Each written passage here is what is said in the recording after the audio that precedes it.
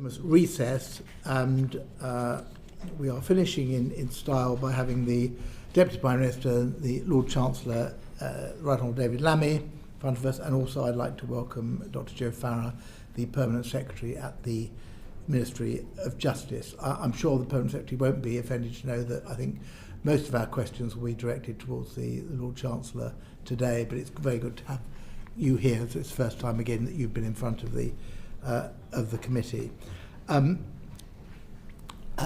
Lord Chancellor, I think you're going to make a short opening statement, and before I go on to that, we have to make our declarations of interest, so we will do that beginning with Sir Ashley Fox. Good afternoon, Ashley Fox, Member for Bridgewater. My interests are as declared. Good afternoon, Neil Shastri-Hurst, Member for Solihull West and Shirley. In addition to my interests as declared on the register, I'm a practising barrister who holds a current practising certificate with Bar Council, and I'm an associate tenant of Number 5 Chambers. Good afternoon, I'm Warren DeJus. I'm Member of Parliament in Wolverhampton West. I'm a solicitor but not practising. I'm a member of the GMB Trade Union Executive Council and various APPGs. Alex Slaughter, I'm the MP for Hamilton, chair of the committee. I'm a non-practising barrister. I'm a member of the GMB and Unite Trade Unions and the patron of two justice-related charities, the Upper Room and Hamilton Fulham Law Centre. Sarah Russell, solicitor specialising in employment law. Prior to arriving here, I'm on various APPGs, as you would imagine, and a member of various trade unions. I chair the Access, or co-chair the Access to Justice APPG. Good afternoon, Pam Cox. I'm the Member of Parliament for Colchester. My interests are as declared on the register. I chair the APPG Penal Affairs.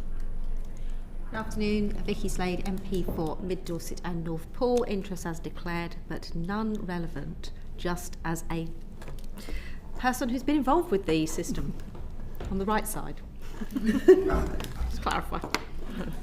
I'm Tessa Munt. I'm the member for Wells and Mendip Hills in Somerset. All my interests are declared on the register, but I also want to point out I'm Vice Chair and a Director of Whistleblowers UK, which is a non-profit making organisation, and I'm Vice Chair to Pam's APPG on penal affairs, amongst other things. Those are the most relevant. Thank you. I'm Tony Vaughan, the MP for Folkestone and Hythe. I'm a practising barrister, also with a valid practising certificate. I'm an associate tenant at Doughty Street Chambers, and I draw attention to my register of interests. Thank you very much. So, Lord Chancellor, over to you. Well, thank you very much, and this is my first opportunity to appear before the Select Committee, and I thank the Select Committee for its work to date, and I did take the opportunity to look at the video of the previous Lord Chancellor just a year ago. The committee will know that I'm not new to the justice issues. I was under Charlie Faulkner, responsible for legal aid in the old Department for Constitutional Affairs. I led the Lammy review, which was commissioned by into disproportionality. I shadowed this brief, and it's a great privilege to be in this brief at this time. You will know from testimony and your own inquiries over the last 18 months or so that the government inherited two crises effectively. One was a prisons crisis, a capacity crisis, in which we had to act, and indeed now we have the sentencing bill going through, which will substantially alleviate that crisis. And then, of course, we've got the backlog crisis in our courts. I sometimes think we should describe that as a waiting list crisis, really, so the public can fully understand those who aren't in the criminal justice system. And I suspect some of your questions will pertain to the courts bill, which will come forward next year to deal with that crisis.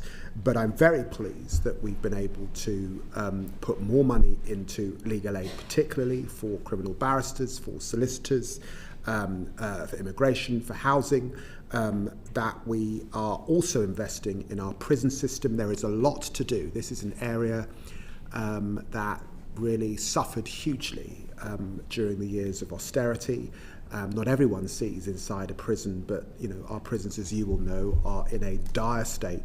We need to invest in staff, we need to invest in technology. There is much to do, but it's important in investing that 4.7 billion that we deliver those 14,000 prison places by 2031 to alleviate pressure, of course, in the estate as the sentencing bill comes into act, that we also continue to deal with foreign national offenders, which is a subject that the public care a lot about, and that over the course of this next period that we uplift probation particularly, and the 700 million in the spending review going into probation to get probation back to where it should be is essential, and that's why I made probation my first visit as Lord Chancellor particularly. I look forward to your questions, but the theme that I keep returning to is telling a bigger story about justice. Justice is not just about criminal justice. We also have our civil courts,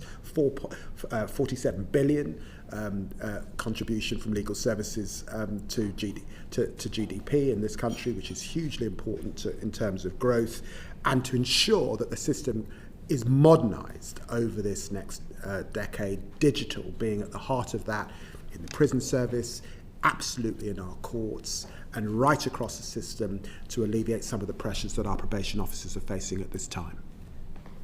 Thank you very much. And the committee takes your point, and we do a lot of work on civil, family and other forms of justice. But a lot of the questions, we will be touching on those this afternoon, a lot of the questions this afternoon will be around criminal justice, in particular the part one of the Leveson review and the government's response to that on releases of prisoners and on the probation service, which you mentioned. I should perhaps also add that we wrote to you and you kindly replied onto a number of detailed questions in relation to the matters concerning jury trials and related matters from Leveson, and that has just been published online. It answers some of our questions, but thankfully for the benefit this afternoon, not all of them. So I'm going to begin by asking a few questions on Leveson, and then my colleagues will come in as they wish. The first point that occurred to us is, has there been a formal response to Leveson? Now that's a very substantial piece of work, 388 pages. And we know obviously some of the things the government has said that it either adopts or goes further than or doesn't comment on. But is there going to be a formal response? And the second part of that question would be, you mentioned legislations and a court's bill. What needs to go into that bill, and when do we expect to see that bill? There will be a formal response in the spring. It's my intention to come forward with a courts bill and legislation also in the spring. And I know that this committee is also focused on the modelling that sits behind where we have come to. And of course, I want to assure the committee that there will be the proper scrutiny when we do get to publishing a bill in terms of the impact assessment, both economic and equalities, that understandably parliamentarians will want to scrutinise and understand. So I have those three things to do. Alongside that, I know this committee will understand that I will be settling the Concordat with the Lady Chief Justice, which effectively also is pertinent to some of that modelling and to, as we draft legislation and both invest and reform at the same time. Yes, we've had Leveson for some months now. We're talking about a response and a bill in the spring. I don't know if you can be any more specific than that, because there's clearly, to make some of the suggestions that you have to changes in mode of trial, powers of magistrates, judges sitting alone, you must have done some number crunching, you must have that information available. Why can't you publish that now? Some of those numbers will actually relate to where we come out in the Concordat process, both in terms of investment in sitting days and where we end up, and therefore I'm not able to publish the modelling now. The modelling is an ongoing process, as you would expect. I indicated the landing spot in my statement a couple of weeks ago to indicate where the government was. We will be coming forward with a bill, and the detailed work is going on as we speak, and some of that detailed work of course involves work with the judiciary. Do you know when part 2 of Leveson is going to be published? Will your response deal with that as well, and will the legislation deal with that as well? Sir Brian has indicated that he expects to produce his response also in the spring, so the spring will be very busy. Part of the reason why it was determined to have, if you like, part 1, which is the reform which will require legislation, and part 2, which is really about processes and efficiency, which is unlikely to require legislation, is that we could get on with both, if you like, at the same time. But we will obviously, we are very much in the hands of Parliament once we introduce the bill and how long it takes to pass through the House. So I don't anticipate that Leveson 2 will require legislation. I think it will be processes that we can get on with, and we will need to consider that carefully. So I'm not anticipating a response immediately to Leveson Part 2. Where do we look now? Spring, we know, is a movable feast, a movable season in political terms. Where do we go now to find out exactly what the government is proposing to do? Because it's a subject of great interest to the public and to politicians now, and we're sort of reliant on individual statements and answers to questions and things of that nature. That doesn't seem satisfactory for something as substantial as this.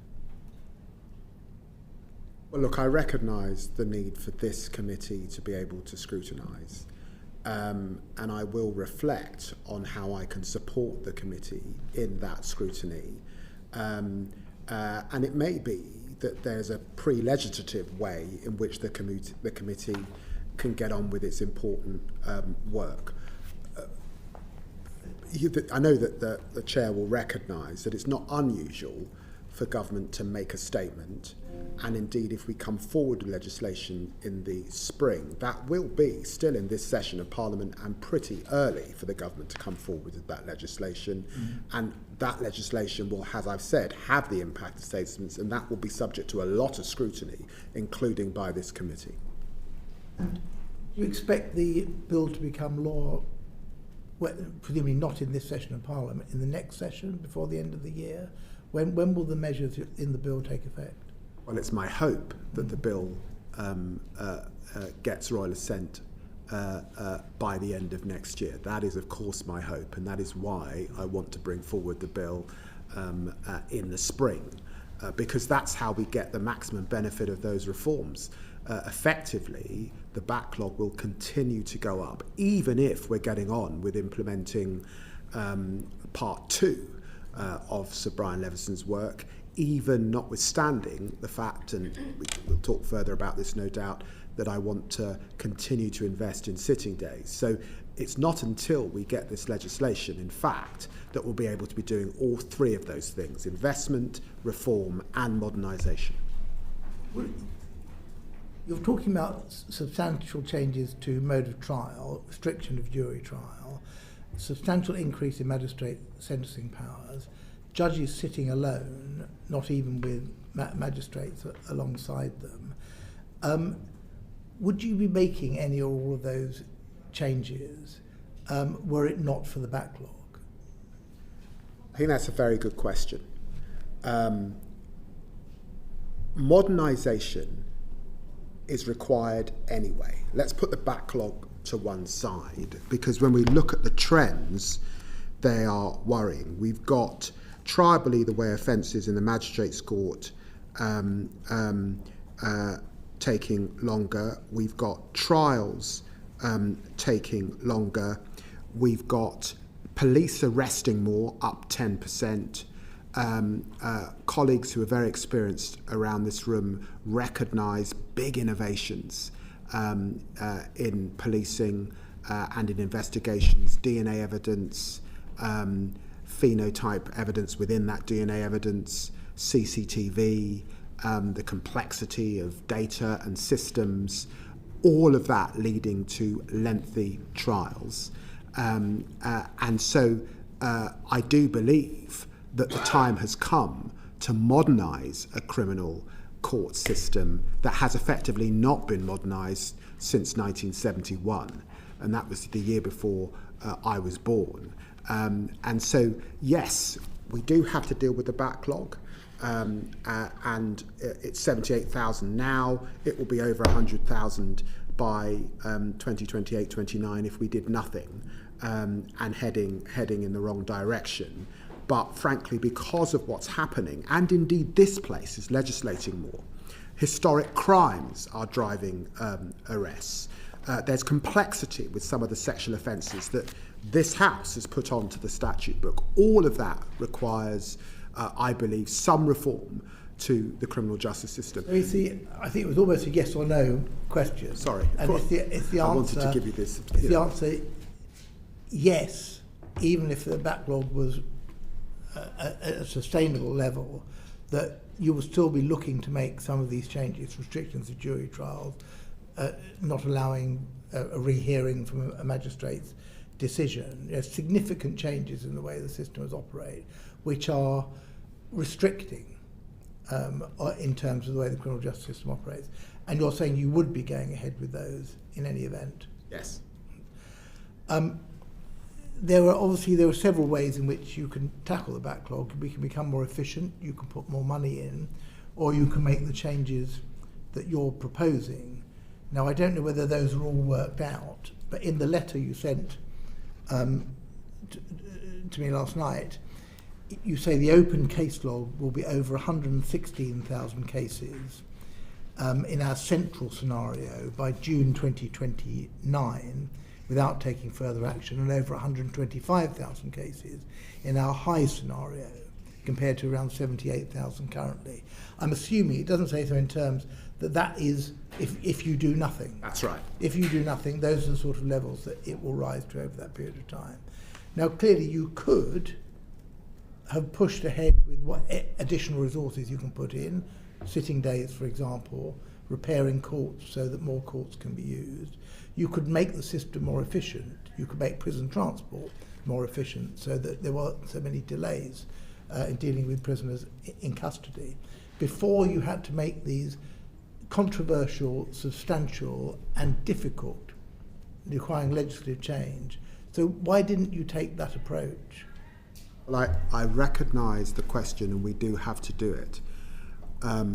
Sir Brian concluded, and I accept his judgment and his conclusions, that yes, efficiencies were important, but they would not be sufficient. And let's just step back and understand why they would not be sufficient. One is... So I'm sorry to interrupt you, but I think what we're looking for is figures. So to know what the backlog would be if you just did the mode of trial and other changes, what would the backlog be before you put any efficiency measures or extra funding in? Can you break down how that backlog divides amongst those various cures? I don't think it's not as straightforward as that. One, because we must let Brian do his work. But let me just come back to what we're really saying. Running a Crown Court trial is a bit like running an operation in a big hospital. It requires more than just the judge and the jury. It requires barristers, and we have, as you know, got a real problem with the pipeline of criminal barristers, and that's why I made the announcement that I made. It will take time for those barristers to come on stream. It requires courtrooms and this committee has taken an interest in real maintenance issues. We have found extra money, but again, restoring our courts to where they were, given that they were languishing for 14 years, will also take time. Victims can't wait and shouldn't have to wait. And that's why Brian concluded that, yes, we must deal with those efficiencies, but we also have to act. And when we look at the cases vacated, when we look at the cases that are effectively unable to go forward, a part of those are related to efficiency, but some of those are also related to how the process is working between the magistrates and the Crown Court. And so the judgment that Sir Brian takes, and I accept that he's right in this, was, could our magistrates do more? Should we still have the right to elect? And there are decisions that we've made in terms of mode of trial. And effectively, of the 3% of Crown Court cases that go forward, towards the bottom end of that, between the magistrates and up to 3 years, are we content for a shoplifting case or for a driving without insurance? Are we content for a case like that to be before a single judge? And that is the balance of judgment that I have taken. I'm going to pause there because I know a number of colleagues want to come in, so I'll start with Neil. Thank you very much, Chair. Lord Chancellor, I'd like to come back to the issue of the evidence base for curtailing jury trials. Are you able to confirm whether the government currently holds empirical data demonstrating that restricting the right to trial by jury will materially reduce the backlog? Yes, of course we do. Okay. If that data exists, will you not only publish it but ensure that it includes all the assumptions associated with it, all the modelling and all the sensitivity analysis? As you know, ministers have a range of data available to them. That data is being updated, it's being validated. Sir Brian himself relied on some of that data, which will inform our data. And as I've said, we will publish the impact assessments alongside the bill. And I will seek to help the committee as it seeks to scrutinise that as we get to that stage in the spring. At the risk of repeating the question, you've said you'll publish the impact assessment, but will you include within that all of the assumptions, all of the modelling and all the sensitivity analysis? I will include, of course, the assumptions that sit behind where we've got that enables Parliament to properly scrutinise and helps people understand why the government has arrived at the position it has. Noticed you're reluctant to use the word all. Will you produce all the analysis? I will do what I deem appropriate for the purposes of this bill passing and to ensure parliamentary scrutiny. I've been in Parliament 25 years. I've seen a number of impact assessments, both economic and equalities. Equalities is particularly important in this area, as is the economic data that we believe will drive down the figures, and of course that will be available to the committee. You'll be aware that both the Bar Council and the Criminal Bar Association have concerns about this specific proposal. They have requested the data. Is there a reason that data has not been shared with them at this stage, given that they are such critical stakeholders? Well, we will continue to work with the Bar Council in the usual way, as you would expect. Do you accept their position, which is that Sir Brian, whilst it's a worthy piece of work, his recommendations have neither been piloted nor have they been modelled thoroughly? Do you accept that position that the Bar Council and the CBA have taken, or do you think they're wrong? Brian, we asked Brian to do a very serious piece of work. He was supported by a panel. Some of that work involved modelling in other common law jurisdictions which were comparable in terms of the changes that were made. You will know also that the department publishes a lot of data. This is the department that publishes a lot of data.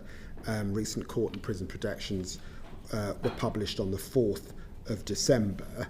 And as I've said, I totally understand that in order to get any legislation through, it's important that Parliament is able to do the proper scrutiny, and so I want to make sure that those impact statements are sound and are thorough, and that parliamentarians are able to do their work both in this place and the other place. There are currently in the region of 17,500 prisoners on remand in this country. Will these reforms apply retrospectively? No. Okay. You've also acknowledged that the proposals will not make a difference to the existing backlog in the short term.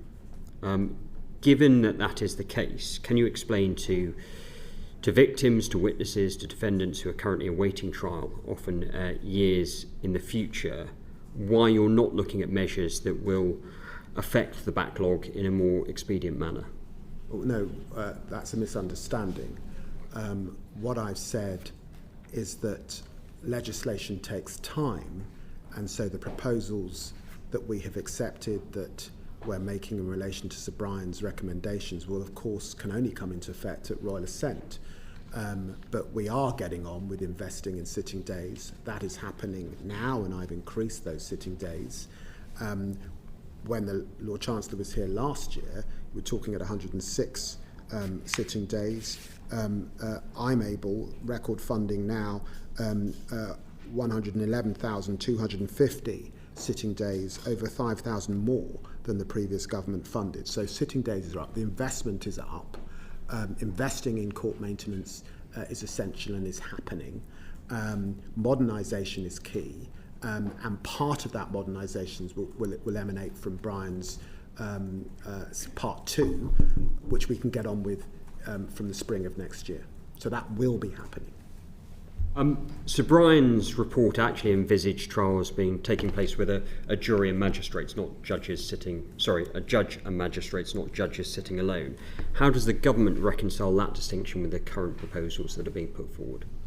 I think Brian recognised that we might come to a different judgment, and the judgment I came to was we are giving our magistrates more power in the Magistrates' Court in terms of their sentencing up to 18 months, but they could go to, or the government has the power to take that to 24.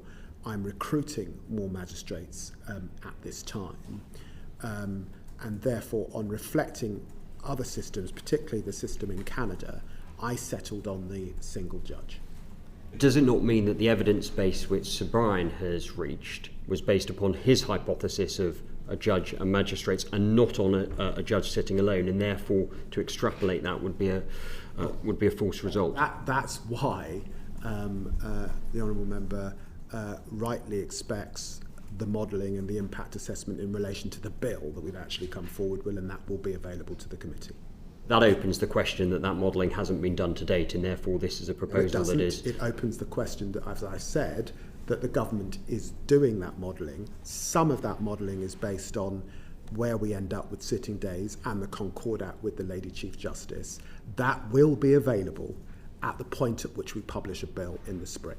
But I will seek to do what I can in relation to this committee before that, if I can. That's the undertaking I've given. But it is a case that the modelling is not complete at this stage, and therefore it's based on assumptions that... Modelling is ongoing. Do you accept that even if Sir Brian's analysis is correct and that it will lead to a 20% reduction in trial length, that would only apply to a fraction, about 3% of trials in total? Yes. The other issue, of course, since you've touched upon, Lord Chancellor, is the presence of advocates and having enough people going into the criminal bar. Now, we know that junior barristers don't go into the criminal bar because it pays well. They go into it because they have a passion for criminal law. Now, part of that, of course, is the thrill, if I can put it that way, of being a jury advocate. By removing those opportunities, are you concerned that will reduce the number of individuals who will choose to go to the criminal bar when they could have a much more profitable career, perhaps in the Chancery or other areas of law? Well, it's precisely because I'm worried about the pattern and what we're seeing with the criminal bar and indeed with criminal solicitors that I've made the investment that I have in those match-funded mini pupilages, so that we see the next generation of criminal barristers coming through. That's hugely important over this next time. And so obviously there has been some attention on changes to jury trial, but I don't think we should lose the significant investment that we're making in legal aid, the uplift in fees, and the mini pupillage scheme, match funded scheme, to ensure that we have that next generation of lawyers coming through. I think part of your question is also, is there some disincentive almost to become a criminal barrister?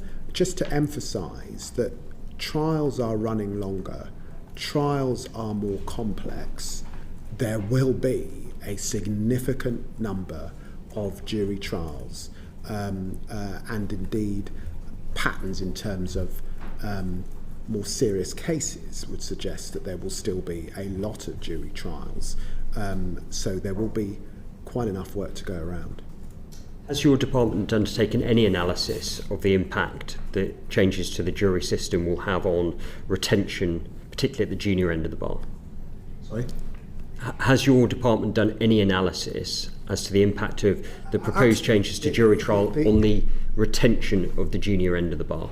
Both the analysis that the Criminal Bar Association has done, the Bar Council have done, and the department has done on workforce informs the decisions that we've been made about mini pupillages, precisely to deal with some of the retention issues. And I should just say that following our reforms, it's still the case that around 3/4 of trials in the Crown Court will continue to be heard by a jury. That's a slightly different answer. That's about the wider retention issue of the criminal bar. I'm asking specifically about your proposed changes to jury trials. Have you done any analysis on that? And as I've indicated, of course we've done analysis. That is why we are putting money from taxpayers into a match-funded system to increase the number of junior barristers. Of course, what sits behind that is analysis and trends that we're seeing in the criminal bar. Grateful, Chair. I'm going to be Vicky Slade, but just clarify, if you would, Lord Chancellor, one point. Is it a quarter or is it a half of jury trials? Because I asked a question of the Prime Minister yesterday at Liaison Committee. He said a quarter. I think you just said a quarter.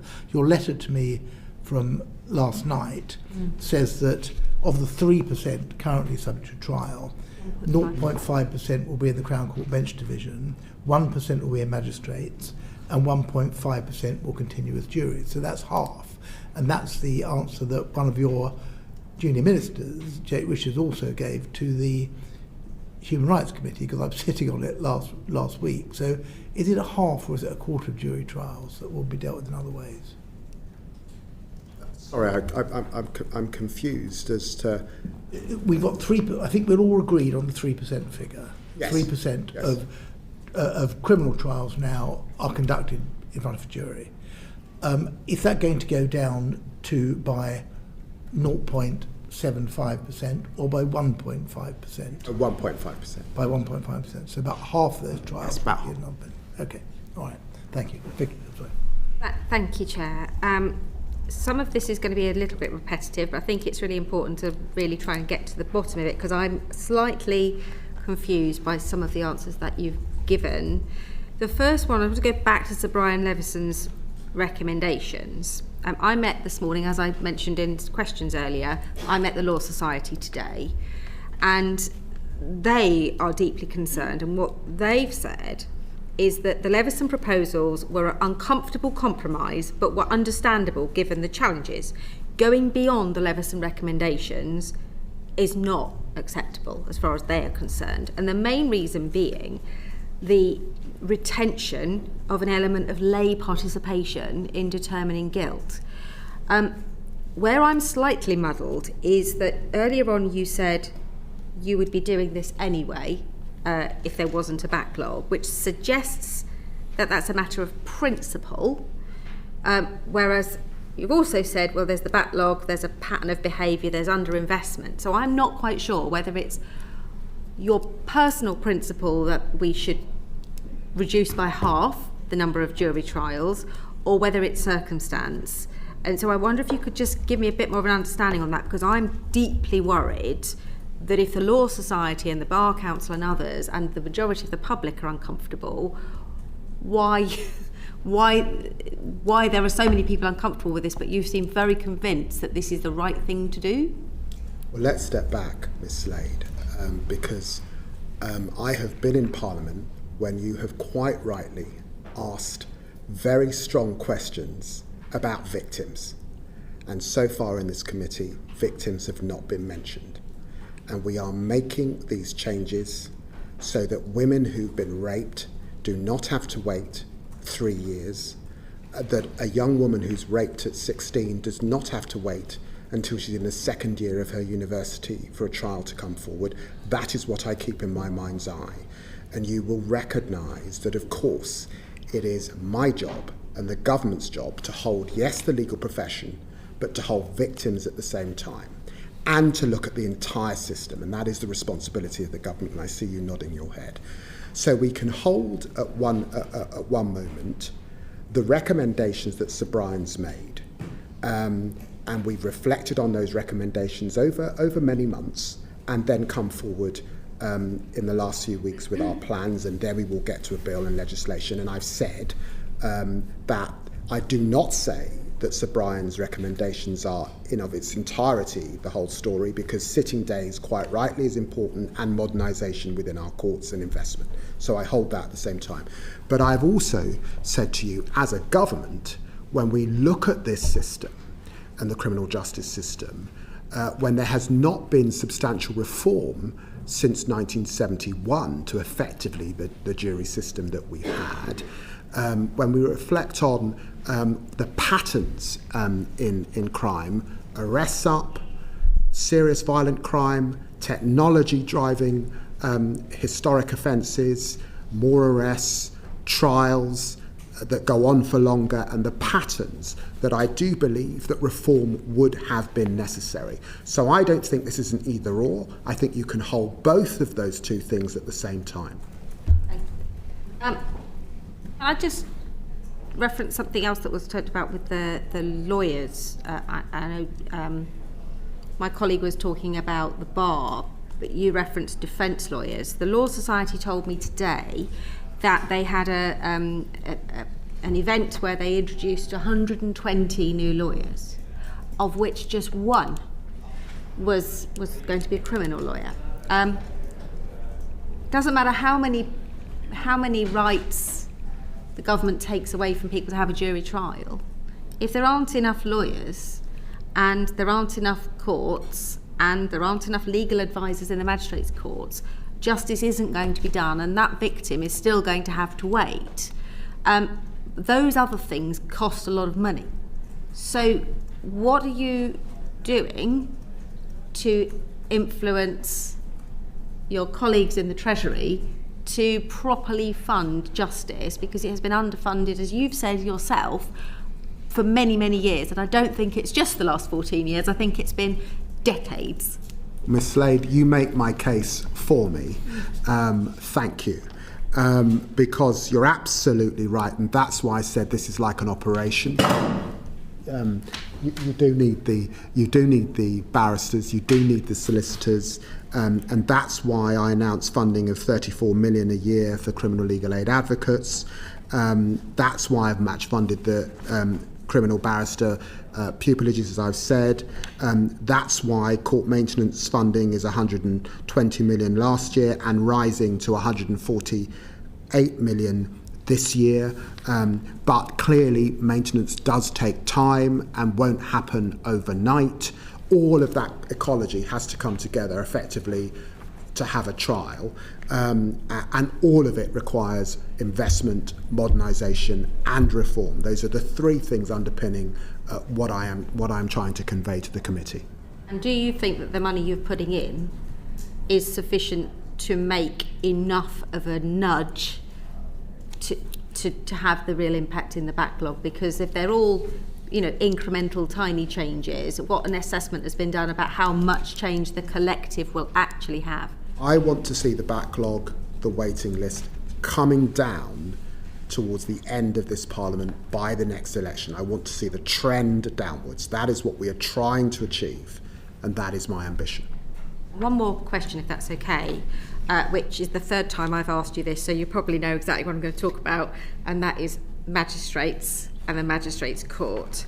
The question was asked earlier on this morning, but I'm not sure that we got a particularly robust answer, and it may be that you might need to come back on it, and that is the impact on both magistrates being comfortable with taking cases that have potentially much longer sentences. I mean, I said this morning that 18 months ago we were at 6 months, sentencing for magistrates. By the time we get to the end of next year, they could be looking at cases with a 2-year sentence. That's a very, very big difference for somebody without legal training and somebody who is effectively a member of the community, which I value, having magistrates working in the system. But taking a decision to deprive someone of their liberty for 2 years is very different than putting a fine on or a very short sentence. What assessment has been done on the impact of magistrates to be able to cope with that, magistrates to be able to manage that, manage much longer trials, because as you said, the Crown Court trials are a lot longer, but also the willingness of people to become magistrates and stay magistrates, given that the role is completely different and given that they are effectively the sort of, the school governors, if you like, of the system, but might feel that this is too much of an overreach. Magistrates Association are supporting these reforms and are up to it, but they're not doing that in a way that says they're not requiring the training and the investment that goes in. And just as magistrates were trained to move from 6 months to 1 year, of course over this next period, and we've got some time because this, it will take us to the end of the year to get royal assent and then implementation in 2027 to train up our magistrates to take on these new responsibilities. At the moment, magistrates completed around 1.4 million criminal cases last year. That is a substantial amount. I thank our magistrates hugely for the work that they do, and I am going to be increasing the investment into our magistracy, and I want to see increased recruitment into our magistracy. My sense is that people are up for being a magistrate. They are a very important part of our system, the lay role that they take. And my view is that they can do more. They are up for more. They can make these decisions. They do the job very, very well indeed. And I want to support them to do more. Russell and then Tony Vaughan. Thank you. Lord Chancellor, you have spoken strongly about the importance of centring victims in this discussion, which I entirely agree with. At the moment, the average wait from reporting a rape to the end of a criminal trial is 6 years. What figure do you think would be acceptable for that period of time? Woman waiting 6 years is our country and our state being in breach, frankly, of that Magna Carta Article 40 edict that justice delayed is justice denied. I've said that I want to see the backlog falling downwards by the end of the next Parliament. That's as ambitious as I believe I'm able to be, and I urge the committee to reflect hard on what I'm saying and what Sir Brian Leveson has said, which is that we will need reform as well as investment, as well as dealing with the efficiencies if we're serious about that. If we curtail that reform, we will not have that effect. And so we will do, as I've said, as we've been discussing about the modelling, we will come forward with that modelling and the impact during the passage of the bill. But I want to get that 6 years down, of course I do.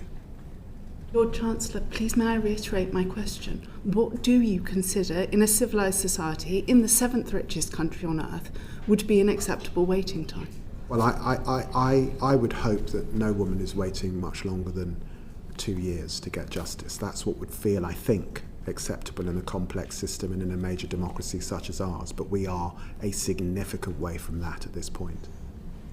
In terms of the targets that you are setting, when do you anticipate that we would reach that? The only undertaking I can give to the committee, and I'm sorry that I'm not able to give a bigger undertaking than that, is the only undertaking I can do is that the backlog will be falling by the end of the next Parliament. But she will understand. She has heard. Miss Russell, you've heard questions from this committee that might limit those reforms, and therefore the desire that I know you hold sincerely to reduce that weight for the victim, I don't believe the system would produce if we were just dealing with efficiencies. And so that's my hesitation. I quite agree that the system will not produce that improvement if we are just dealing with efficiencies. I also question whether the proposed reforms would even touch the sides of moving that dial down from 6 years. I think the ambition is to see this start to come down a bit. So, well, I want to emphasise, I do think it's important to emphasise that if we take this new CCBD division of the Crown Court, and they are dealing with, say, possession of a Class B drug, they are dealing with shoplifting, they are dealing with the ownership of a dangerous dog type case, they are dealing with those cases by a single judge. And Sir Brian's estimate that means the system would be 20% faster, then effectively, once you've taken those cases out, the rape case that goes to trial is speeded up. And that is the significance of the proposal. The proposal reduces half of 3%. Jean, I'm sure it will. I think it will significantly increase the speed of those trials, but we're talking about half of 3% of the total criminal backlog. So my question is, if we want to really move the dial on that 6 years, what do we need to do, and are we going to do it? No, I'm confident that if we're increasing sitting days to the end of this Parliament, and it's my intention to do that, if we are increasing investment in our courts and in our maintenance, and I hope to continue to do that, if we are implementing these reforms, that after the next election, we will be into a much better horizon for victims right across the board. Thank you, Chair. Thank you for your answer so far, Lord Chancellor. I just want to come back to this issue of the impact assessment and the 20%. So what I wanted to ask about is just will it transparently show not just the assumptions, as you said in response to your question from Dr. Shastri-Hurst, but also the evidence and the analysis underpinning that figure? And in particular, will it list all of the factors which it is said would save time, so jury empanelment and deliberations, and also list those things which would add time, so things like the judge having to write their judgment, which they don't currently have to do in a criminal case, so that we can get a sense of what really underpins it? Yes, it will. And so, in terms of the impact assessment, I mean, how much will it show? How much of the backlog reduction will come from restricting jury trial as opposed to other measures like increased sitting days? We will endeavour to do that. Will it show the sitting days that are saved as a result of restricting jury trials in sitting days? We will endeavour to do that. Brilliant. I just want to ask about the Concord Act, which you touched on earlier. Your letter said that we may need 139,000 sitting days by 2030 to meet demand. Is the barrier to sitting 139 days physical, that is not enough courtrooms or judges, or financial? And if you had the money, could you actually physically sit those days? We haven't got the judges, the courts, the barristers to sit to that. Obviously, that is an estimate of where we would be if we did nothing. But the system could actually not be that hot at this time. And in terms of what the 1% of cases that is being retained by the Magistrate's Court, it's particularly important that you have a right of appeal that is effective. I just wanted to ask about the legal aid position and whether there would be any resource uplift from the legal aid agency to fund the proposed appeals, because as a lawyer I know that reading through a transcript, applying the law to the facts, drafting the grounds of appeal all takes time, and I just wondered whether the LAA will be providing funding for that. Well, as we're introducing a new permission stage, of course I will look at the legal aid available to make sure that people are properly represented. I just wanted to ask about the proportion of resources. It may be that it's in the papers and I haven't picked it up, but I mean, what proportion of the total criminal court's budget is used up by the 1.5% of cases that will lose jury trial in actual money terms? Because I know we've talked about numbers of cases, and some people have said, well, obviously it's a small number to justify such a drastic reform, but what does that look like in actual pounds, and how could any savings be redeployed to cut the backlog in other ways? Can I come back to you on that? I haven't got that figure available to you.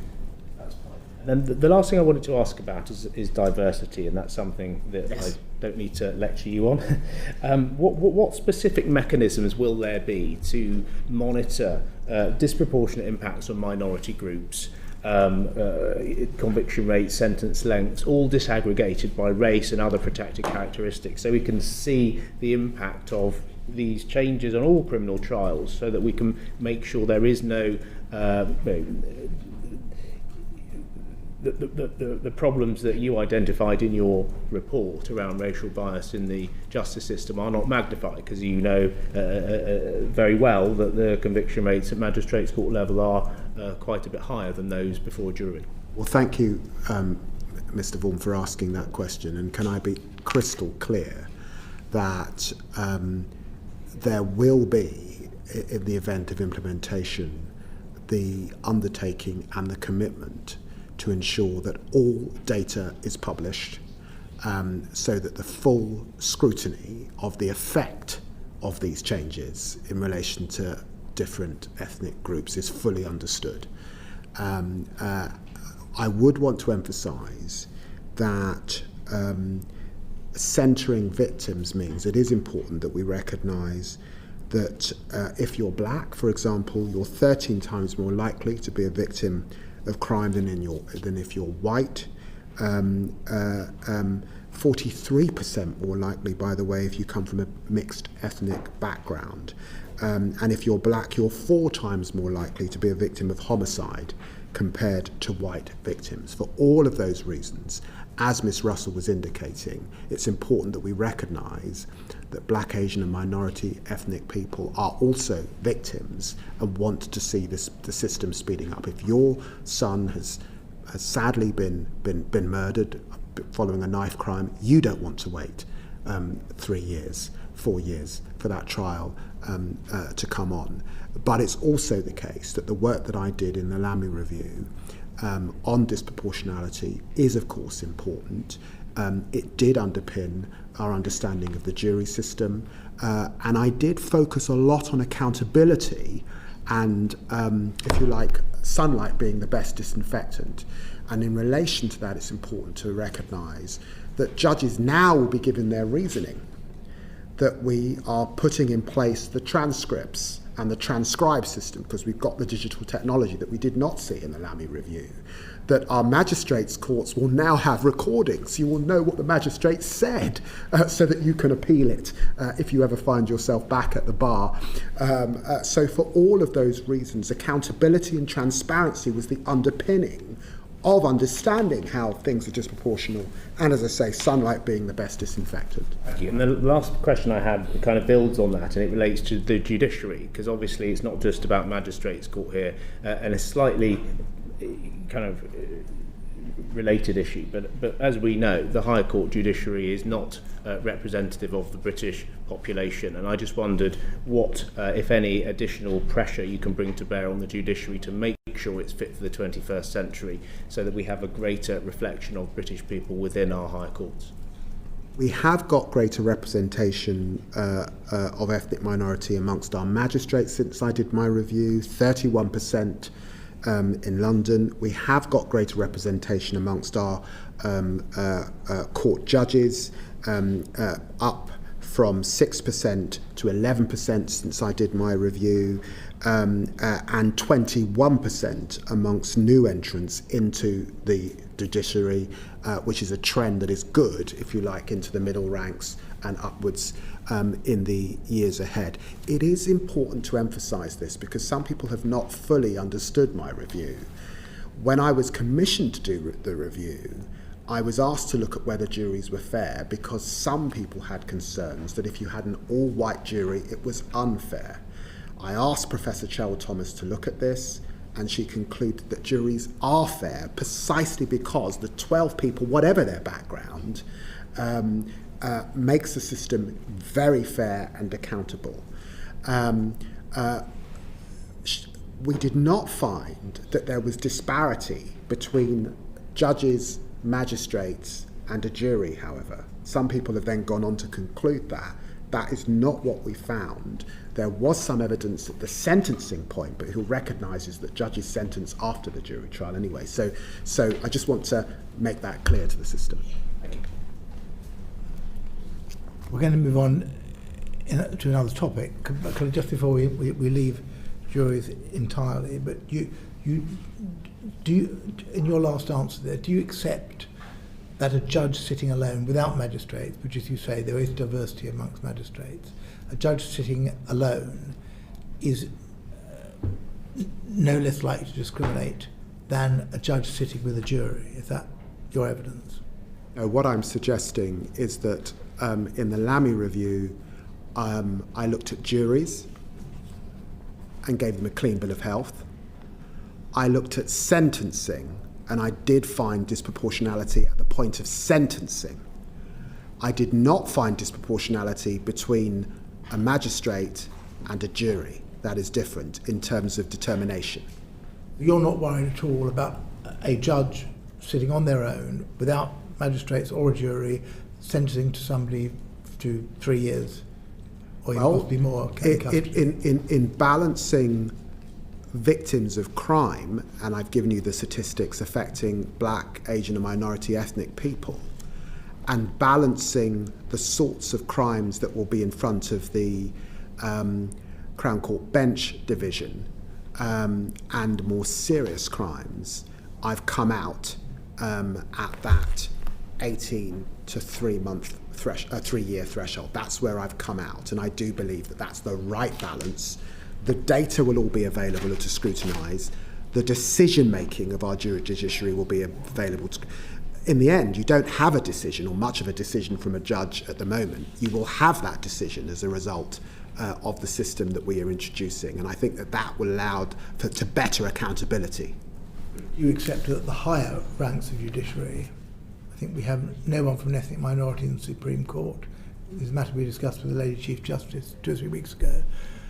One, Lord Justice Singh, I think, in the Court of Appeal, and there is no other person from an ethnic minority. I do accept, of course, that as you go up the system, there is work to do, and that is where we will be appointing a new chair of the Judicial Appointments Commission in the coming months, and that is still a job in hand, absolutely. But of course, I know that the chair will understand that the reforms that we are making do not pertain to the very highest courts in the land. If I could sum up that part of the session, I think we would probably say the jury's out, and we are looking forward to having a lot more data to see what the effect will be, both on jury trials and on the backlog. But the one area we haven't covered is what the effect will be on the prison population. And are you going to publish data on that as well? We know what the court review says, or the sentencing bill says, in relation to accommodating, if I could put it that way, a growing prison population. If, as seems inevitable, the consequences of Leveson are more people going to prison, because you have magistrates sentencing up to 24 months, and you have swift justice, which presumably means people are going to get custodial sentences more quickly, then prisons are going to be overflowing again, aren't they?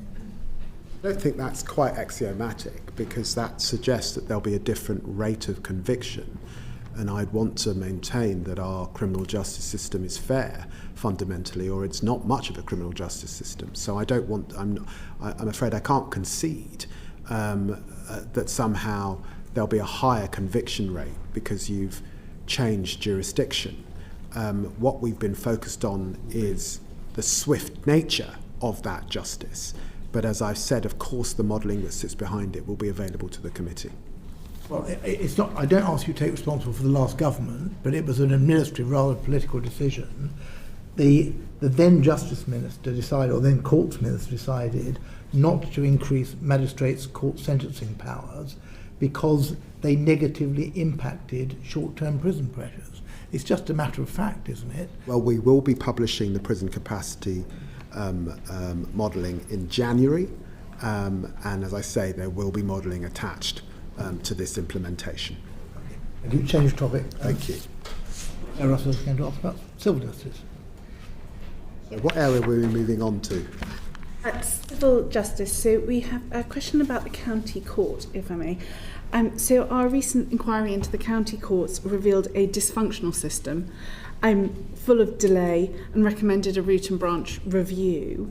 Given that government has seen fit to commission major reviews on sentencing in the criminal court, the recommendations that we made for the county court have been rejected. What is the plan for civil justice? Well, I've been in conversation, of course, with the Master of the Rolls. I'm not sure the judiciary are supportive of a further review, precisely because there's a lot going on in the Crown Court system at this time. But you're absolutely right. Our civil courts are an important cornerstone of our system, and certainly access to justice for many people, but also the underpinning of the 47 billion that legal services contributed to the rule of law and to this economy. I am keen to see further digitisation of our county courts particularly, which are one of the engines of small business so that people can properly deal with their disputes in a quick and speedy way. And I am keen to move forward with modernisation, simplification, and some of the progress that we've made on small claims particularly. It's also the case that, of course, in the family area, the pathfinder in the private law area is incredibly important, and I want to continue to support that and to support mediation as well. You referred to family law, and in your introduction you said that you were proud of the increases in legal aid rates. The current fixed fees in family legal aid are based on an hourly rate of £44 per hour. If we contrast that with national rates recommended by HMRC for solicitors in general, solicitors with over 8 years' experience, the recommended rate is £288 per hour. This excludes London, so this is national rates. Solicitors with over 4 years' experience, £242 an hour. So that's anyone who's basically sufficiently senior to do any sort of supervisory work at all whatsoever. Any newly qualified solicitor up to 4 years, £197 an hour. I would reiterate the current legal aid rates are based on £44 an hour. They went up £1 an hour in 1996 and haven't been reviewed since. Discuss. Well, in looking at the balance, and I know that Sarah Sackman has, Minister Sackman has been on this issue very deliberatively, the evidence base was that we did need to come forward with making progress on housing and immigration first, and of course we are funding the Pathfinder project, and there are other ways of resolution, particularly in the family arena, mediation being one of those. But I do want to emphasise that just as we have seen in the criminal area, solicitors and barristers moving to other areas of work, that I have been concerned at those patterns in family law, and I hope to be able to come forward with further proposals in the months ahead. Lord Chancellor, the only people who can get family legal aid have suffered from domestic abuse or their children are being taken into care. I would strongly suggest that mediation is probably not appropriate in most of those situations. £44 an hour is completely and utterly unsustainable. The same position applies in discrimination employment work, where recently there was a tendering exercise. The HMRC were looking for 4 potential providers of discrimination work. They received 2 tenders. The system is literally collapsed. I don't want to diminish the challenge. We have launched a new survey of legal aid providers to understand fully the context, and we are commissioning a feasibility study on the best way to monitor demand for civil legal aid particularly. There was acute areas in the area of immigration and housing, which is why we prioritise those areas, but I do not want to diminish the seriousness facing those who've got family disputes. Move on to the employment tribunal system. There are now over 500,000 open claims. Individual unresolved claims are up 33%. New claims in are up 33% in quarter two. Claims resolved are down 10% in quarter two.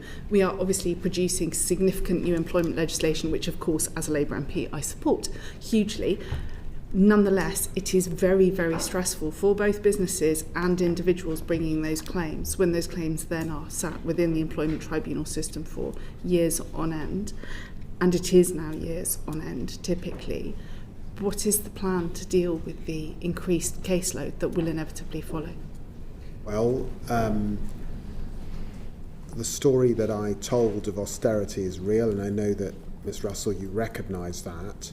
We do have to prioritise 18 months into government. I do recognise the huge challenges in our tribunal system, particularly the employment and immigration tribunals.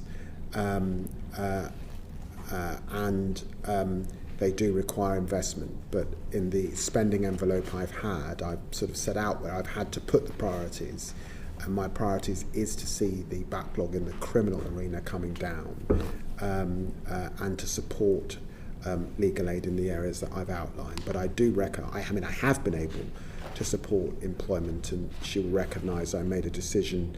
There was a suggestion of fees, which I was very keen to act to stop in the early weeks in this job. But I do recognise there remain challenges in the employment tribunal. And lastly, on the subject of SEN tribunals, again, 25,000 cases were registered last year, but only 20,000 were disposed of. The cases in question are obviously children who have education, health and care plans. These have typically taken a long time to come forward in the first place. Children are waiting long periods of time for diagnosis. They're then waiting long periods of time for an agreed EHCP, and then if they're not agreed, they're then waiting upwards of a year now for a tribunal date for these children who are exceptionally vulnerable and often out of education. Given that 99% of those appeals are successful, what do you propose for that system? Well, you will know, Ms Russell, that the Secretary of State for Education is coming forward next year with further proposals in relation to send young people, and so we're working in lockstep with her. And in relation to that, and indeed the previous question around employment, I am pleased that the department has got itself into a place where it does require other departments where they are making changes to have a justice impact assessment, and that therefore our tribunals are properly compensated to deal with any extra work that flows as a result with that. So we're in good discussion with the Department of Education, and as those proposals come forward, we'll be able to see the impact for SEND cases. Just before we move on to prisons and we move off courts, you had a question? Yes, thank you, Lord Chancellor. If I can ask a question quickly, following on from the question that was raised by the MP for Congleton, who mentioned the 6-year wait that women rape victims face.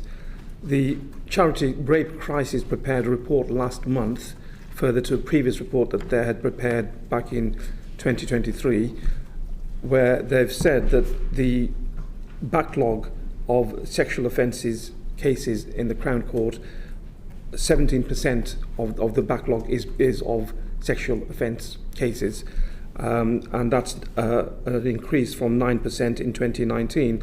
And the Ministry of Justice data itself shows that there are 13,238 sexual offence cases awaiting trial, an increase of 66% from the previous Rape Crisis report in 2023. So we have many sexual offence cases that are just not being tried. Now, the Rape Crisis and also the Law Commission have said that we should have a specialist sexual offences court. Do you agree with that? Is that something that you are thinking of implementing? Well, at this time, the changes that we're making are precisely to ensure that for those very serious cases that they come on more quickly. Now that is as true of murder cases or child sexual offences as it is of rape. All of those cases we want to come on more quickly, and that's why the 20% reduction that Sir Brian estimates as a result of stopping the right to elect, changing mode of trial, giving our magistrates, where there isn't the significant backlog, increased sentencing power, and the new Crown Court Bench Division will bring about that change. We're not proposing at this time a new jurisdiction solely for sexual offences. Leave it there. Thank you. Fox. Thank you. Lord Chancellor, I'd like to ask you about prisoners released in error. On the 2nd of December, you announced that 12 prisoners had been released in error since your statement on the 11th of November, with 2 prisoners still at large. Is that still accurate? Well, I first gave figures on the 11th of November at my oral statement. At the time, I announced for the first time an ad hoc data release from April to October of this year, which showed that there had been 91 releases in error in that period, and I confirmed that there were 3 unlawfully at large. You're right that I gave figures again on the 2nd of December during a media interview. At the time, the numbers were 12 releases in error since the oral statement and 2 unlawfully at large.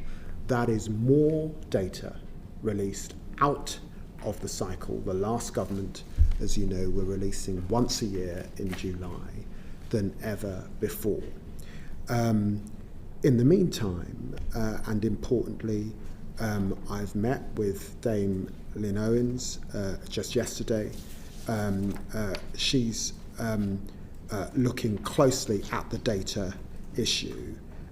She's due to report in the new year, and she will be making recommendations into data releases and that data, and it's important that I allow her to do that work, and so there will not be further data releases until she comes forward with her report in the early part of next year. But it would be reasonable for me to assume that that figure is no longer accurate and there have been more accidental releases since then.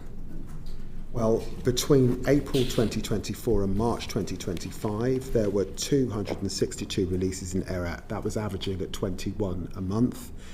In the 7 months from April to October, there were 91, that averaging at 13 a month. I did indicate that the trend looks to be downwards, and Mr. Fox, you will be aware that I did put in mandatory stronger checks that I wanted prison governors to make, a new investment in tech and digital, because this is a paper-based system.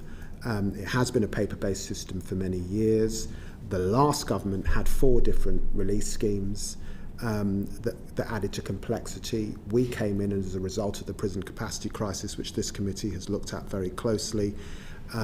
We introduced the SDS 40 scheme. That is a lot of paper complexity, and therefore there are errors, and it was important for me to put in that new tech, to have a courts hotline, because there are problems between the courts and the prisons sometime in this area, and of course Dame Lynn Owens' review. So I think that has made some contribution, but this is an uphill task, partly because it's a paper-based system, and partly because we're asking very junior prison officers to make this decision. And Mr. Fox, you will be aware that under the last government we lost 6,000 prison officers up to 2013.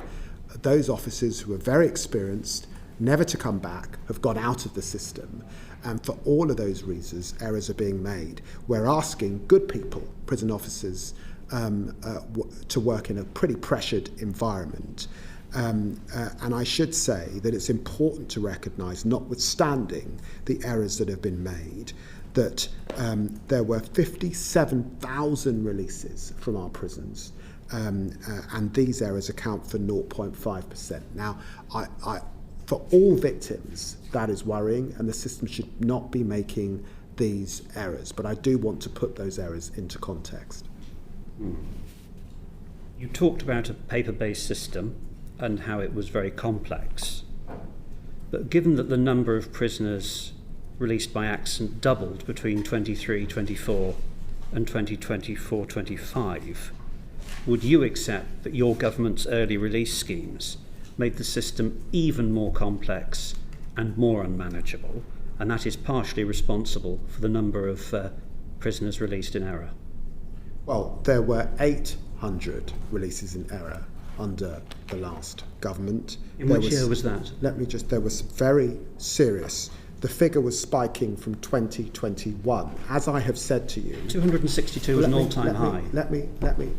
As I have said to you, that there were 4 different release schemes in the last stage of the last government which added to complexity. And we put in an early release scheme that has also added to complexity. But that scheme was put in to make sure that we still had the prison places to lock up very bad people, I don't think, Mr. Fox, you're suggesting that we should not have done that, because you, I know, will be someone who wants to see criminals in the right place, and that's in prison. So yes, the truth is that our officers are dealing with a complex paper-based system. That is what we inherited. That is what we are unpicking. And just to remind you that under the last government, Rayon Nubi released in error, Louis Mutasavis released in error, William Fernandez released in error, and William Fernandez, who was released in error in March 2021, went on to commit horrific sexual crimes. That is to say that these errors have been happening under both governments. We need to bear down on it. We need to see that number coming down to historic levels. But I actually don't believe this to be a partisan issue. I believe this to be an issue that is occurring because of complexity, because of paper, and because junior people, both in our courts and in our prisons, are having to make fine assessments in a prison system that actually releases many people every year. Lord Chancellor, you referred to the last government being responsible for 800 prisoner releases. I assume you're talking of the cumulative over 14 years. In the year you referred to, 2021, 54 prisoners were released in error, and I'm taking these numbers from your webpage. In 2023-24, it was 115, and that figure doubled to 262 in 24-25. That's a massive increase. It's 5 times more than 21-22. And I'm putting to you that actually it's the very complicated release scheme that your government put in place that is responsible for that spike. Well, within the figures that you've just suggested, there was a spike from just over 50 to 121 under the last government. So Mr. Fox, you do accept that there was a spike under the last government, and I've said there were 4 prison release schemes that contributed to that. We're in agreement. I've also said that the SDS scheme that we introduced when we came into government because of an emergency that I think he accepts, so we had to do it, has also led to that complexity. So I don't think there's actually disagreement between us. You said last month that you'd introduced the strongest release checks that have ever been in place for prisoners, and these included mandatory checklists and the physical presence of the governor for certain releases. Why have there been subsequent mistaken releases since then, and where does responsibility lie for those mistaken releases? Well, I've said that you can never, ever, as a Secretary of State, rule out human error. I've said that there are 57,000 releases from prisons every day. A prison's not like a warehouse. There are people that come in and out, some people leaving for day release and employment and coming back to prison. Some people releasing to go to hospital and coming back to prison. Some people being released to go to an immigration tribunal and coming back to prison. And some people that are released permanently, either into probation or to an immigration centre for removal. So that's a pretty complex ecology that we have. Within that, this is a paper-based system. And so I have also said very clearly that there is a mountain to climb. I have put in place mandatory and stronger checks. I have put in place new investment in tech, and I have put in place a courts hotline because of the errors that were occurring on assessments of warrants between courts and between prisons. I did that as an emergency set of things to try and bear down and grip the system. But the important work that underpins that is the independent review that's being led by Dame Lynn Owens. She will report in a few weeks' time, and the government will act, of course, on her report. But there is a mountain to climb to get these figures down to historic levels, and those are historic levels that preceded both the spike that we saw under the last government and the spike that we've seen under this one. When Kabatu was released in error, the Ministry of Justice published his photograph, his name and his offence, which was just as well because it was actually a member of the public who located him and phoned the police. Can I ask, why don't you do this for all releases in error? That must be an operational decision for the police. It is for the police to make assessments of risk, not for ministers to make that assessment. That is for the broader criminal justice system. And so it is the case that sometimes the police are keen to release information to the public that will help to apprehend someone who is at large, particularly someone who might be of risk to the public. But it is sometimes the case that people are not at risk to the public, or indeed the police are able to apprehend someone, and indeed publishing their name and might mean that they go underground. That must be an operational decision for the police, not for ministers. You say it's an operational decision for the police, but in the case of Kabatu, I understand your department didn't even tell the police for 7 days that he was on the run. And I put it to you, Minister, that actually it's just too embarrassing for your department because so many prisoners are released by mistake. I've said to you in terms that must be an operational decision for the police, and of course the Ministry of Justice is liaising with the police on a daily basis on a range of things. We work as a whole criminal justice system. Just last week I was at the Criminal Justice Board, and that brings together the police, prosecutors, Ministry of Justice, probation, the entire system it brings together. It's a whole ecology across the criminal justice system. That is the seriousness that actually underpins what we're talking about when we talk about the criminal justice position. And I'm sure, Mr. Fox, you understand that it must be for the police to make those judgments. Thank you, Chair.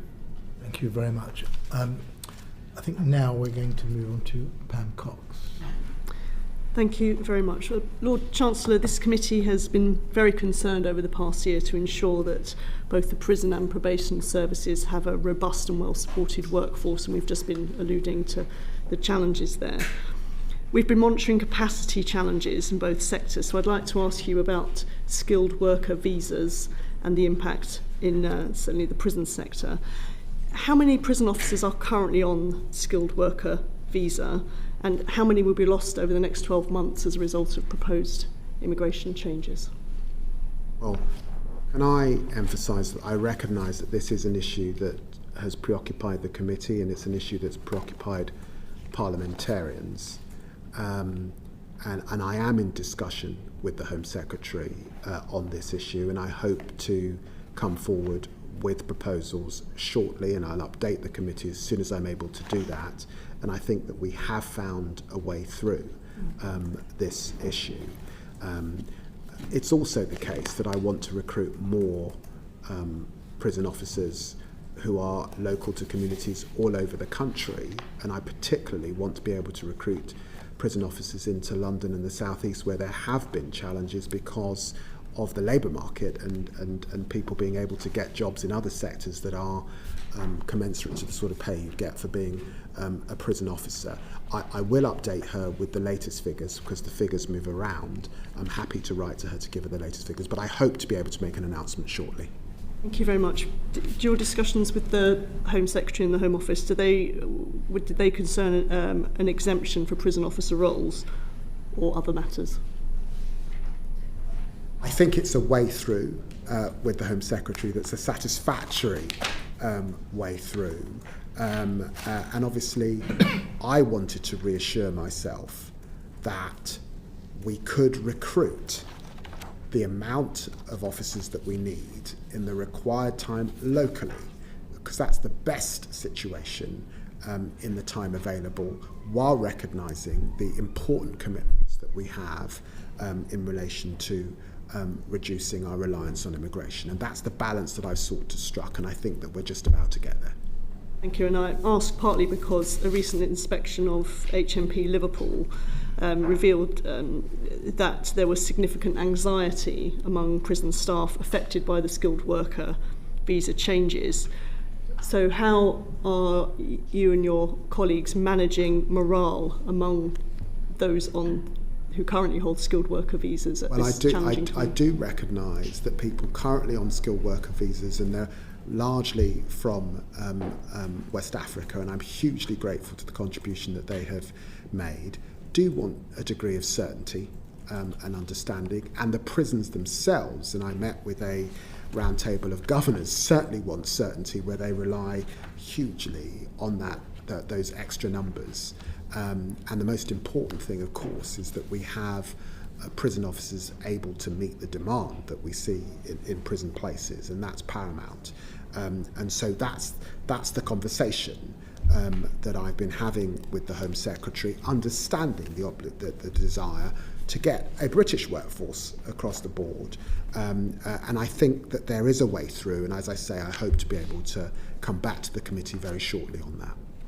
Thank you. I'll wrap another question around staffing and probation, if I may. It seemed to follow on quite nicely. So the sentencing bill places a welcome and fresh emphasis on community justice. That will, of course, place additional demands on probation services. The probation service currently has a vacancy rate of 22% nationally, rising to 33% in some regions. So given current and projected staffing shortfalls, how will probation practitioners be able to manage increased casework safely? Hugely important that we secured 700 million going into probation over this next period, so that we can recruit those extra full-time equivalent staff. It was standing at 21,527 in September of this year. That's an increase of 22% from June of 2021. It is an upward trend. There is more to do, and I know that you know our commitment to recruit 1,300 trainee probation officers over this next year. But it's not just about the numbers. It's also about helping our probation officers get back to face-to-face contact with probation officers. Can I also say that, and I deliberately made my first visit as Justice Secretary to a probation setting in Islington, and then very shortly after that I was with probation officers in Chatham.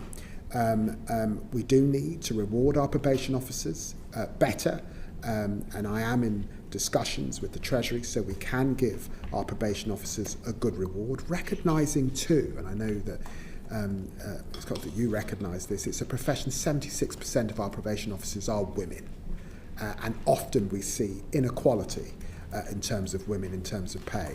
But the other thing that's important, so they can get back to that face-to-face, is digital technology. And Justice Transcribe, which they were piloting in Kent, hugely important. What those officers were saying to me is life-changing, that you can quickly, using AI, get the details down and get back to face-to-face contact, visiting people, being with people where they're at. Thank you very much. Very much. Slade. Thank you. I'd like, and it's quite an interesting link back from probation, because I want to look at the other end, and that's remand. He sighs. I don't sigh. I think it's very important, and it is a tricky issue at the moment. It is a really tricky issue, and the data on it is absolutely staggering. That 20% of the prison population is somebody that's on remand. So that's people who've not been convicted, who may be innocent. I admit a lot of them won't be, and it's important that, you know, where people are convicted of of violent offences, or where there are, people who are afraid of their perpetrators, that they are kept out of the way. So I would hate you to pivot to that position, but there are some people here who are going to be serving longer on remand than they would do for a sentence. We know when this committee, prior to many of us being here, looked at this last time, there were over 770 who'd done more than 2 years. At the moment, the number of people on remand has gone up 55% in the last 4 years, and nearly 1 in 5 of them have been beyond the custody time limit. What are you doing to review, given your commitment to technology, the use of technology to allow more people to be remanded on bail, tagged, curfewed, etc., so that you can get that prison population down in a safe way? Ms. Slade, you're absolutely right. The remand figures are deeply worrying, and the spike in the wrong direction suggests a system that's overheated. At the moment, we've got 17,700 prisoners, which represents a 20% of the total population, and that's up 70% since 2020. And it does mean that there are real pressures in our reception prisons, particularly. 2/3 of those are awaiting trial. A third of those are awaiting sentence. Speeding up the courts, and the lion's share of questions today has been on our court reform proposals, will be significant in relation to that remand population, of course. But also the Bail Information Service, and actually better assisting people to apply for bail, and making sure there are the right incentives to apply for bail, is also important. But you're right, using community accommodation and tagging as an alternative to remand, and legislating, as we have done in the sentencing bill, so that people not likely to be punished with prison will not typically be held in prison, will make a significant shift on that remand population. So I expect to see the remand population falling as we move into 28 to 29. So there's 2 things there. I mean, we said earlier on that it's going to take some time for these reforms to change. There are 17,500 people currently in the system. I don't get the impression that those people currently in the system are going to really benefit from those changes, because even those that are, been there for a year, within the next year they will eventually get their day in court. But how are you proposing any changes to the existing system so that you're driving forward in the same way as Leveson 2 will drive forward the other part of the system, to drive forward decisions made around bail? And then the final point I want to ask about is conditions for people who are on remand, who are in a different space mentally to people who have been convicted. They know where they are, they've got a programme. What more can you do to make sure that people who are on remand have decent access to education, mental health facilities, work, in the same way as the regular prison population? Because I'm hearing a lot about people being regularly moved and not having as good an experience as settled prisoners. The last part of what you're saying in your question is absolutely right, that if our remand prisons like Pentonville, Wandsworth in London are running as hot as they are, if people are moving in and out, and if you're on remand, this is not a cohort of prisoners who are up for education, employment training in the same way, precisely because they don't know how long they're going to be in the prison. So we do have to get the population downwards. The first part of your question, actually, let's not forget the sentencing bill, which is significant and should be implemented in the spring, and therefore be able to, or get right assent, in the spring, and be implemented as we head towards Easter, and that therefore will have an immediate effect on that, or begin to have an effect, on that remand population. Yes, Thank you. I've got 2 very specific questions. and then two slightly more general ones. If I can just point out that the NAO said that the sentencing bill might actually increase electronic monitoring caseloads by between 8 and 14,000. I wondered what HMPPS's estimate of the number of additional offenders who will need a tag are. I then have some questions that relate to that, and I know that we heard from the previous Lord Chancellor that Serco's performance was below acceptable levels when we saw her at the beginning of this year. I wondered what Serco's performance was like now. And at that time we were talking about them having a problem with the supply of tags and equipment that was appropriate to those they were trying to tag, and whether that's improved and whether it's a satisfactory service that they're offering now. And then... Don't want to forget your questions. No, right, go on. Okay, I'll go on then.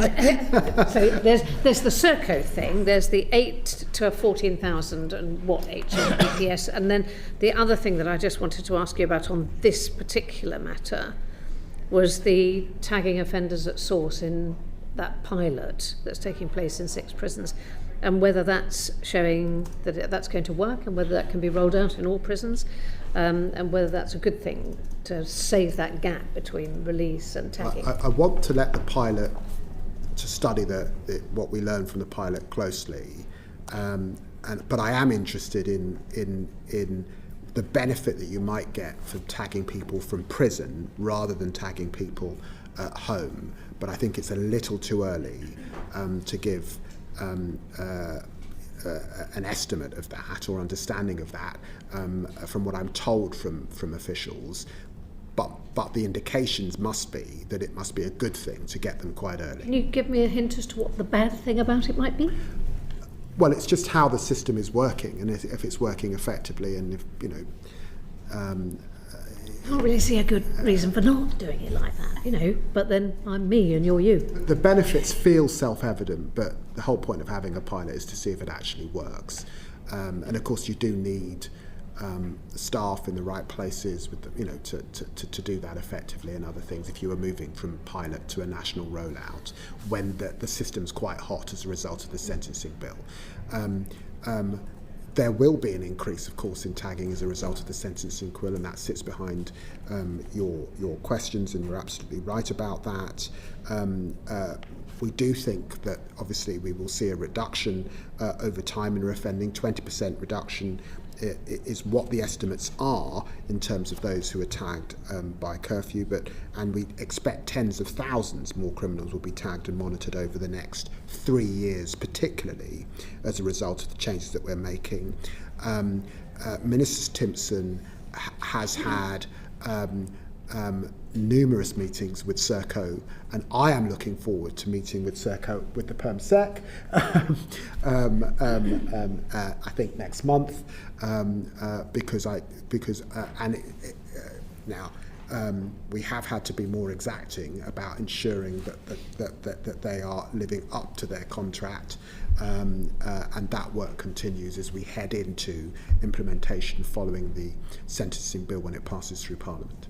And do we have a sense that actually our end of things, our procurement and our writing of contracts is up to scratch? Do we think that? It's improved considerably from where it was. It's got some way to go? It's improved considerably from where it was, and we've got a roadmap as we get to implementation later on in the middle of next year. Thank you. Thing 2.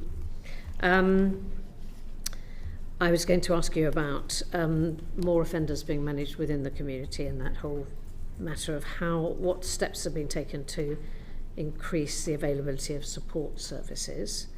And back to that electronic monitoring thing, we heard last week, we were talking about prisoner accommodation, those who are released, their accommodation. And again, the National Audit Office said the increased use of electronic monitoring would depend on prison leavers having and finding suitable accommodation. But it seems that the number of people leaving prison with someone to stay on the night has actually reduced in recent years. And we're very clear, aren't we, about the fact that last week's evidence showed that there wasn't enough accommodation for the number of people to meet the demand for accommodation. And I just wondered what you might be doing to address that particular matter.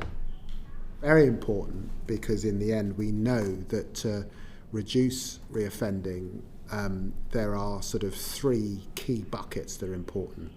One is housing, the second is employment, and the third is sort of mental health, addiction type issues that can drive offenders back into reoffending.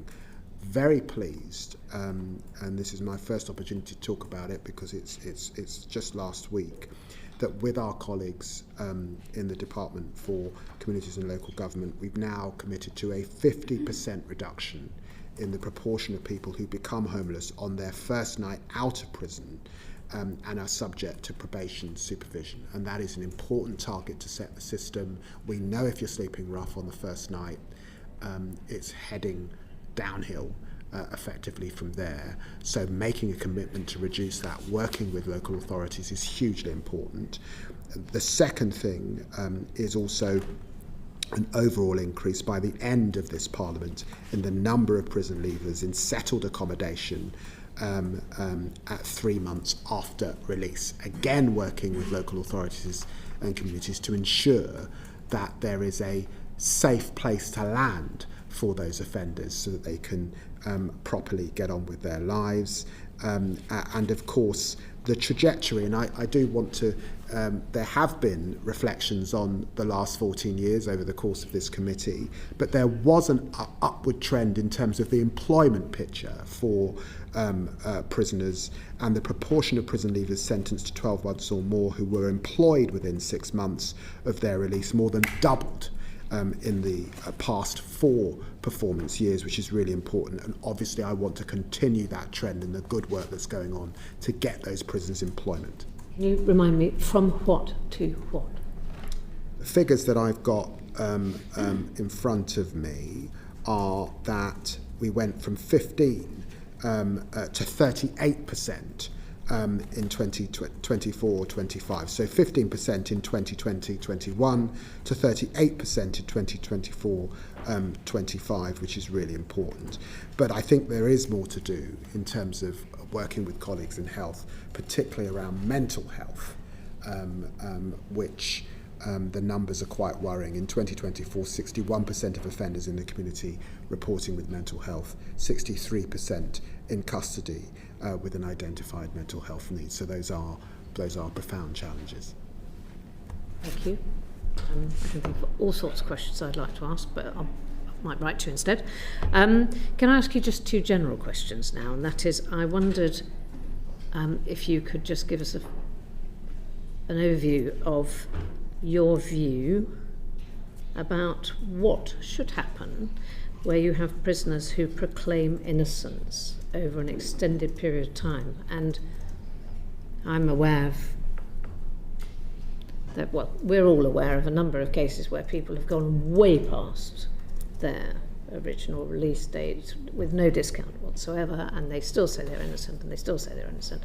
Just wondered whether you'd got any thoughts about how we deal with people who would prefer to stay in prison over an extended period of time than be released because they feel it's a matter of justice and honour that they get their appeal and are proclaimed innocent if that's what they want. Just wondered how you feel about that. What do you think we should do? We have a system, which is the CCRC.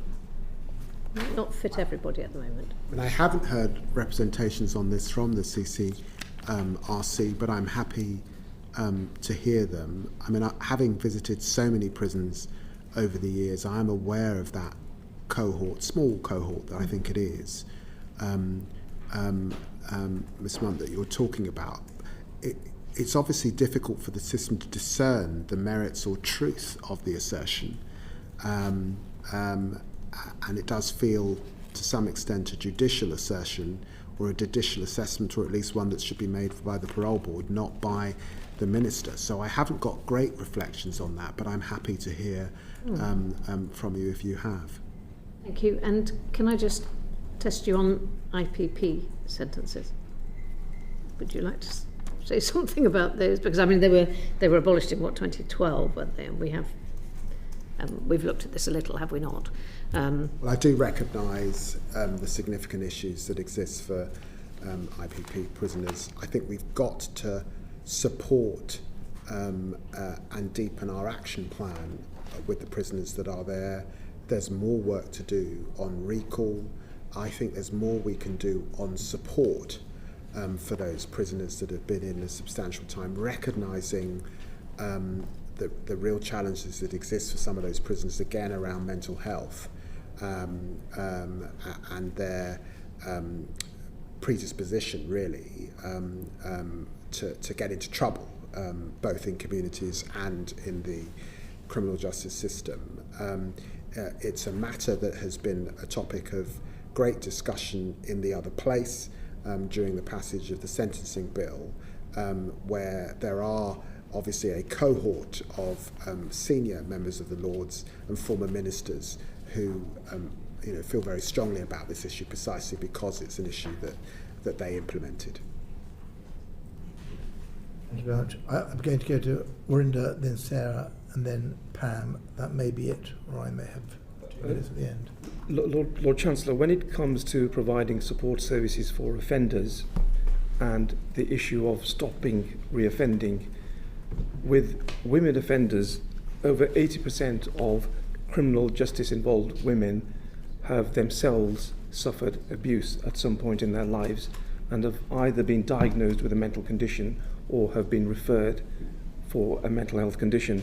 A few weeks ago, I visited the Black Country Women's Aid Women's Centre, and I was really impressed with what I saw, because it was like a one-stop shop where women offenders could come in and get advice on housing, financial advice, health advice, and what's more significant when we're talking about probation is that probation officers actually came into the Women's Centre and saw the offenders, and so it was providing a very holistic approach to providing support and also with the view of stopping reoffending. So my question is, are there any plans to actually involve women's centres with rehabilitation and having a probation service? And are we going to be providing any financial support to these women's centres? Because with what I saw, I think it's a great step forward in helping women and to prevent reoffending. In short, yes. I have met many women that are in the criminal justice system as a result of a man who's abused her, a man who's pimped her, a man who's taken advantage of her. I think there's lots more that we can do to reduce the number of women in custody and in the prison system. Minister Timpson shares my view, and we're working very hard on this. I'm aware of the Hope Project in Southampton doing great work, and when I'm up in the Midlands, I'd like to see this scheme. Women's centres are essential. I'm looking at allocations at the moment, and I don't want to jump ahead, but I hope that I can work in this area. And of course, the Women's Justice Board, really important, the work that they're doing. Thank you. Yeah. Approximately 12% of the total prison population is currently comprised of foreign nationals. Relatively, actually, foreign nationals are underrepresented within the prison population relative to their age profile and demographics. But so I certainly don't want to be fueling suggestions that there are sort of disproportionate problems with foreign national offending. But nonetheless, the government announced in August that we would speed up removals directly from prison of foreign national offenders. There has been an increase in foreign national offender returns, but it is a significant change if we manage to deport more people from prison immediately, and very desirable. How is that going? Well, when we implement the sentencing bill, I think it will be very important to be able to deport these people as quickly as possible, and it will speed the system up. And I think that must be good, because I don't think that the taxpayer wants to fund them in the system. There were 10,700 foreign national offenders held in custody on the 30th of September 2025. The 3 top nationalities in prison were Albanian, Polish, Romanian.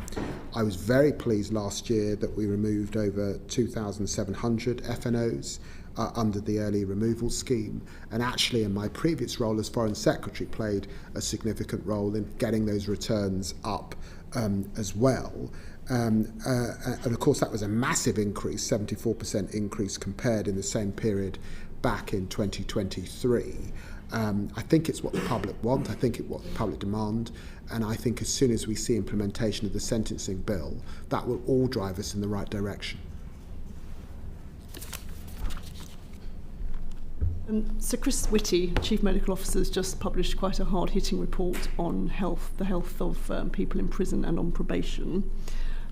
There are 3 high-level recommendations.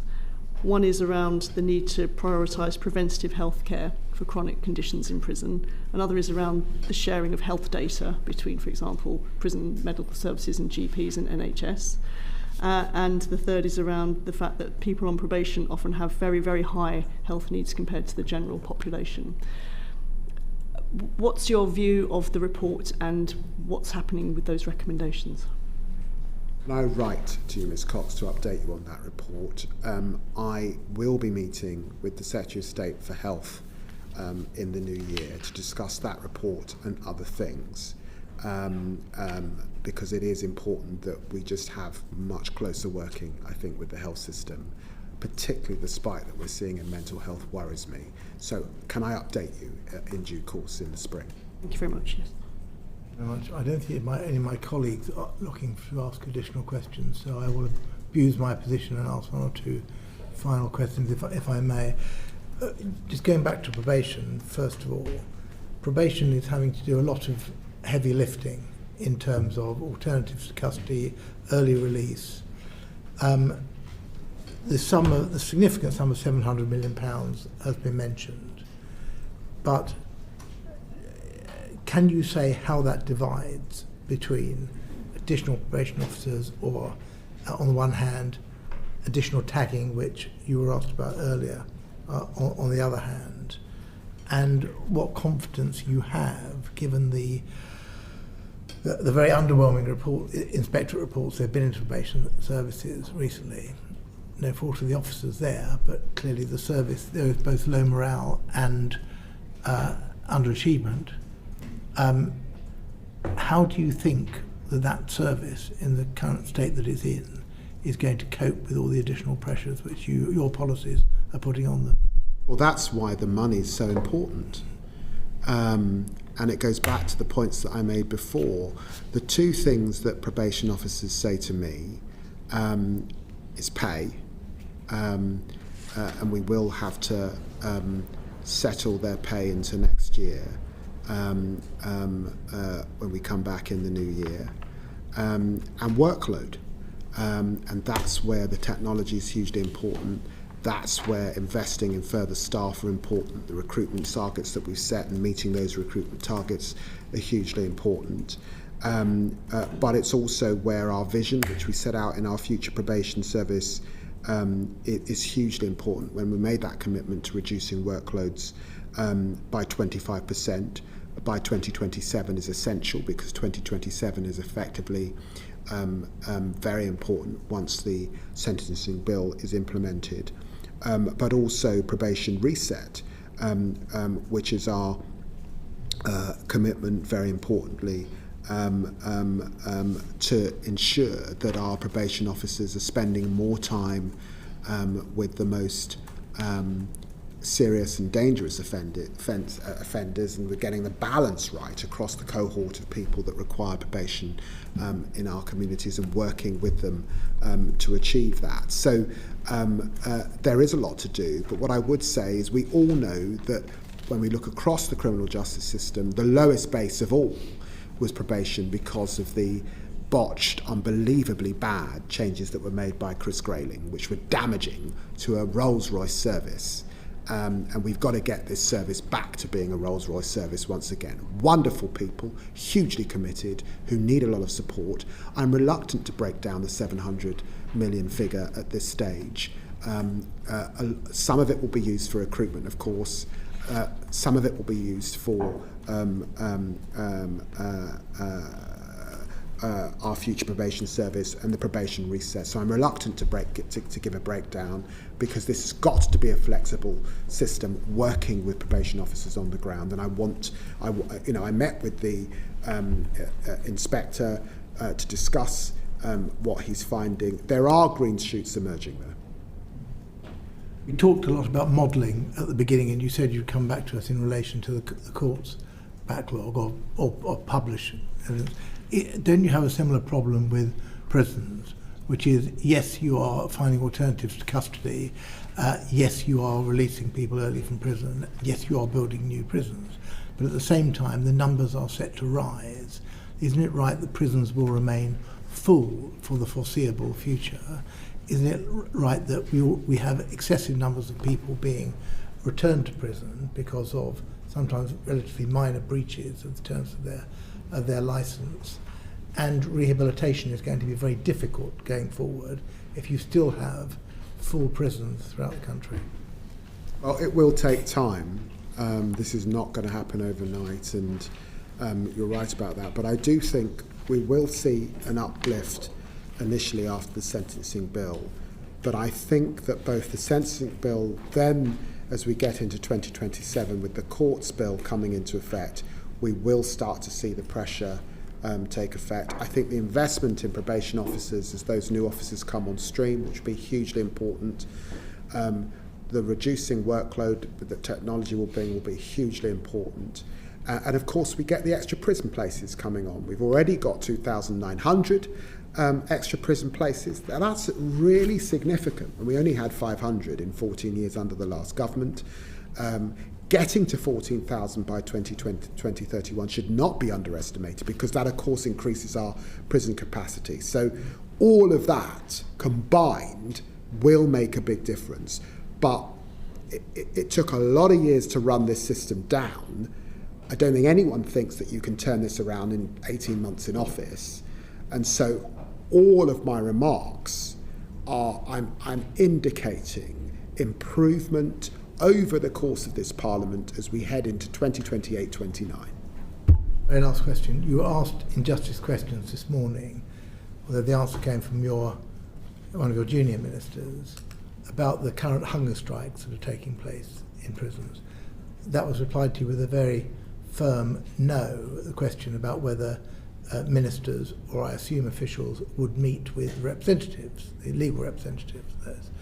So I don't imagine I'll get a different answer from you, but are you concerned, given we often talk about self-harm, or we often talk about the risk to prisoners in that way, are you concerned with what's happening in relation to those hunger strikes, and what provisions are you making for the health and welfare of those prisoners?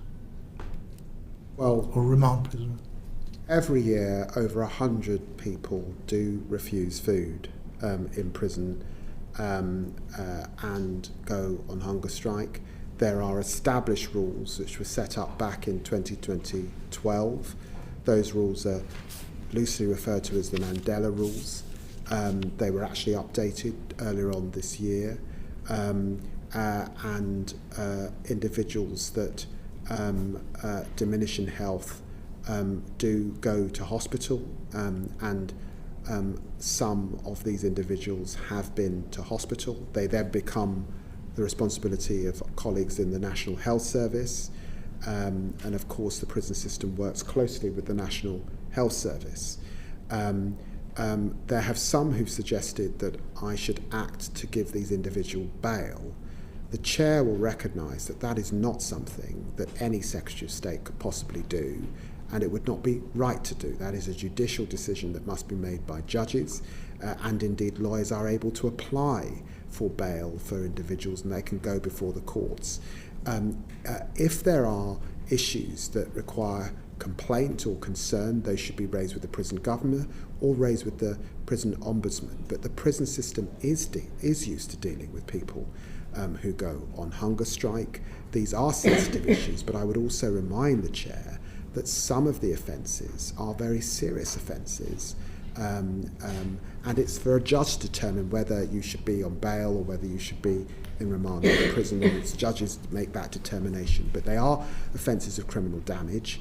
I think a police officer a female police officer was attacked in one of these cases, or involving a number of these defendants. So I simply say that the established system must be followed, and that must firstly be to the governor or to make a complaint, a formal complaint. The prison ombudsman is there. It is not routine for ministers to get involved in these cases.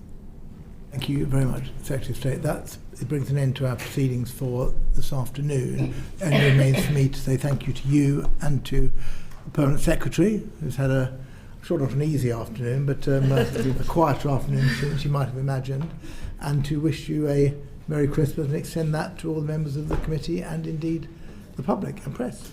So thank you very much, and we'll end our proceedings there. Order.